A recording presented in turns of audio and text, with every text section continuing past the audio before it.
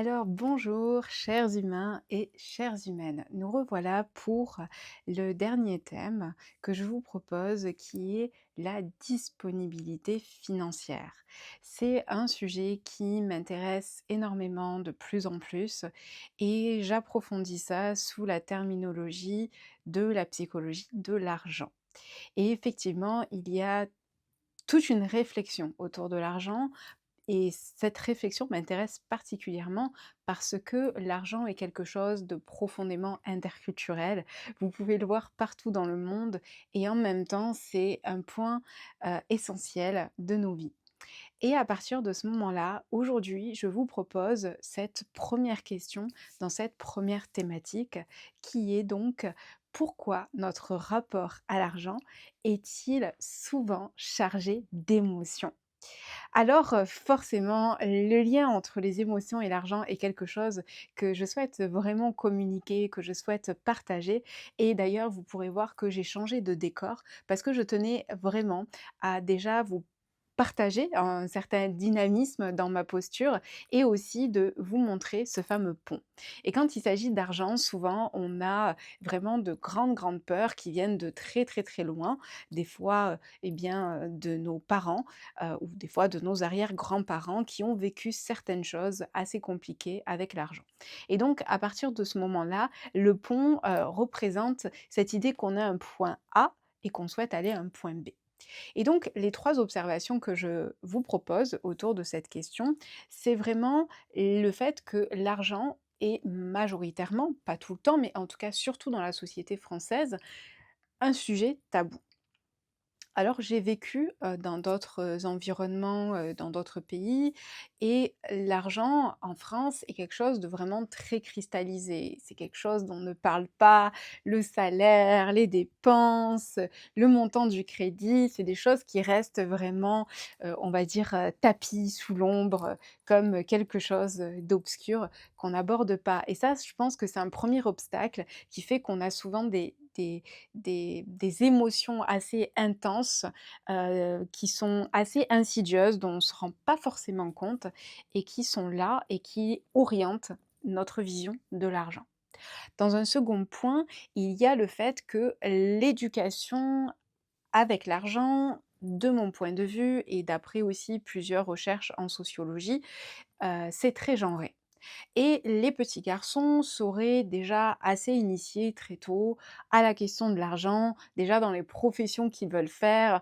Déjà souvent les petits garçons, en tout cas à un certain moment, voulaient être banquiers, voulaient, telle chose parce que ça rapportait de l'argent. Alors que pour les petites filles, elles étaient moins initiées à cet aspect-là et elles étaient plus tournées vers des jeux de soins, de Barbie, de poupons et de collectif entre elles. Et donc on voit déjà que cette éducation, elle est rentrée de manière, inconsciente dans nos esprits et elle est restée là parce que depuis, et bien, comme on l'a vu en premier point, il y a ce premier obstacle de tabou, du fait qu'on n'en parle pas, qui fait que cette éducation finalement, elle reste telle quelle pendant X années puisque quelque part, elle n'est pas remise à jour. Et en troisième point, l'élément que je souhaite vous évoquer, c'est ce paradoxe, en fait, sur le fait que effectivement les hommes sont initiés depuis très tôt à se questionner sur, l'argent ou en tout cas à en vouloir, alors que les petites filles un petit peu moins. Bien évidemment, je mets des guillemets parce que les choses ont avancé et depuis des lignes bougent, rien n'est figé. Mais je dirais en grande majorité, il reste quand même ces tendances-là. Et ce qui est paradoxal, c'est que souvent on observe que la majorité du temps, les personnes qui s'occupent du foyer, qui font les dépenses, et cetera, ce sont les femmes. Donc il y a un grand paradoxe finalement, vous voyez, entre le fait que les personnes qui manient le plus l'argent au quotidien, ce sont, les femmes et en même temps, eh bien, ce sont les hommes qui, vont avoir une plus grande aisance. Donc vous voyez là, il y a déjà quelque chose de très paradoxal et sûrement moi je mets ça sur le point de cet aspect entre une vision rationnelle de l'argent et une vision émotionnelle de l'argent et que ces 2 là seraient potentiellement en tension. Très rationnel chez les hommes, comme vous avez peut-être pu l'entendre dans mes podcasts précédemment, où je discutais avec mes collègues et quelque chose de très émotionnel chez les femmes, ce que je vois souvent en consultation. et même dans la société quand j'observe différents, faits et que j'entends beaucoup de choses.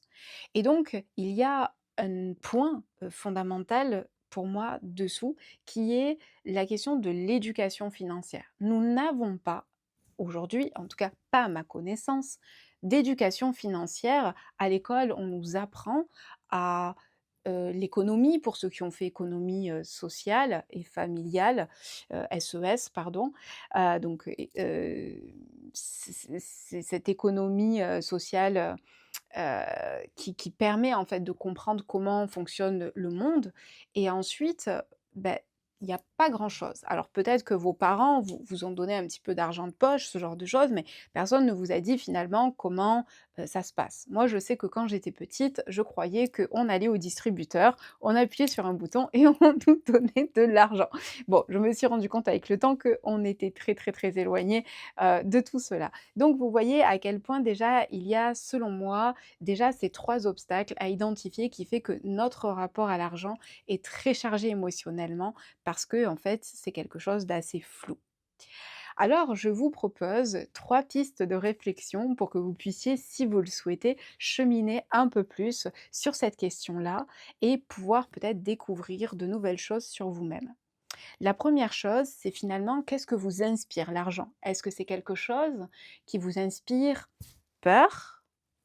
Peut-être colère, fascination envers les gens milliardaires qui ont du luxe ou des gens millionnaires qui sont sur des yachts et c'est quelque chose qui vous fait envie, peut-être ou peut-être pas, justement. Ensuite, est-ce que, a-t-on parlé d'argent chez vous, dans votre environnement familial, à l'école? Est-ce qu'on vous a informé de ce que pouvait être l'argent, de à quoi ça servait, pourquoi nous en avions besoin et dans quel but, vos proches, en tout cas, l'utilisaient et quel usage ils en faisaient. Et donc, juste de voir là, est-ce que vous avez des souvenirs ou pas du tout? Ensuite, de voir quel est votre vous, aujourd'hui, votre rapport à l'argent. Alors, est-ce que c'est un rapport à l'argent où on pourrait le voir là, il y a quelques trous et que du coup, il y a beaucoup de dépenses? Ou alors vous seriez plutôt une personne très épargnante où en fait chaque centime permet de structurer justement les cordes, d'un pont pour aller vers quelque chose? Ou alors c'est, un peu la thématique de l'autruche, on ne voit pas, on n'est pas au courant de ce qui se passe et puis advienne que pourra, on verra bien.